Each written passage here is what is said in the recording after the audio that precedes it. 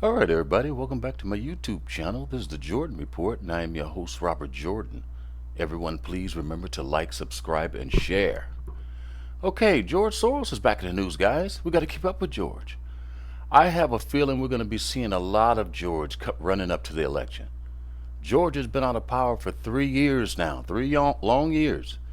He's almost 90 years old. George was born in 1930. He's almost 90. He'll be 90 this year. This is his last crack at his new world order. So he's lashing out. He's fighting Zuckerberg over Facebook. I'm going to go through that article, and then I'm going to show you an old clip of George Soros when he was in power talking about Hillary. You're going to want to see that because it leads up to what you're dealing with today. Why George is so angry. But anyway, this is Sputnik News. This was a couple of days back.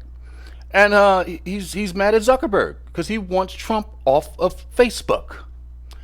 Their interests are aligned. Soros claims Facebook Zuckerberg is helping Trump win 2020 election. He can't lose this next election. It's all over with for him. So he's fighting hard, and you can see the Democrats are fighting hard with him. Hungarian-American billionaire activist George Soros has repeatedly launched offensives against Facebook co-founder Mark Zuckerberg for not being held accountable for the platform's content and maximizing profits at the expense of users. You see, he talks like the ruler of the world. He just go around telling people what to do. Facebook head Mark Zuckerberg should be removed from controlling the company one way or another, outspoken Hungarian-American pro-liberal activist and hedge fund manager George Soros warned, citing concerns that the CEO's leadership of the firm could help U.S. President Donald Trump get reelected. That's the worst thing that could happen to him. He would probably die if Donald Trump wins the next election. He would have no reason to live. Facebook's decision not to require fact-checking for political candidates advertising in 2020 has flung open the door for false, manipulated, extreme, and incendiary statements. Soros wrote in an op-ed for New York Times, while slamming Section 230 of America's Communication Decency Act that protects social media platforms from responsibilities from their users' content, which can still receive primary placements even if it's false.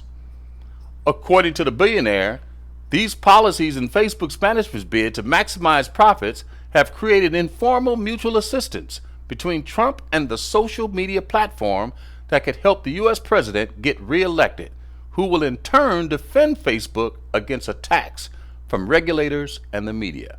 That's all false. He's mad at Trump because Trump knows how to use Facebook. Trump has been very effective at this, and so that he's trying to take a weapon that Trump has been using. He's trying to take a good platform from Trump. I believe that Mr. Trump and Facebook's chief executive, Mark Zuckerberg, realize that their interests are aligned. The president's in winning elections, Mr. Zuckerberg is in making money, the prominent hedge fund manager concluded. The financier noted that under the guidance of Zuckerberg and Facebook, Sheryl Sandberg, these policies would remain in place so that they should be removed from their posts despite ongoing "we are trying to make the world a better place" claims. This guy is telling Zuckerberg and his number two to get out.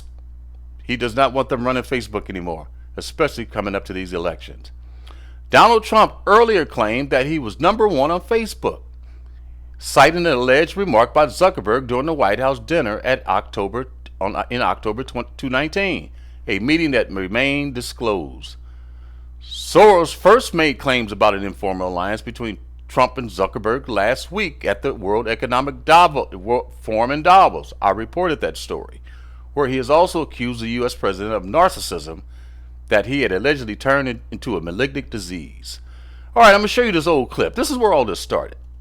You see, Soros is supposed to be in the White House. Trump outed him from the White House. And this is why you see this viciousness in American politics today. Because we've never seen Soros lose an election before. I'm going to show you this clip of him predicting his next win. This was right before the election with Trump. What is the fact that Donald Trump is not fading?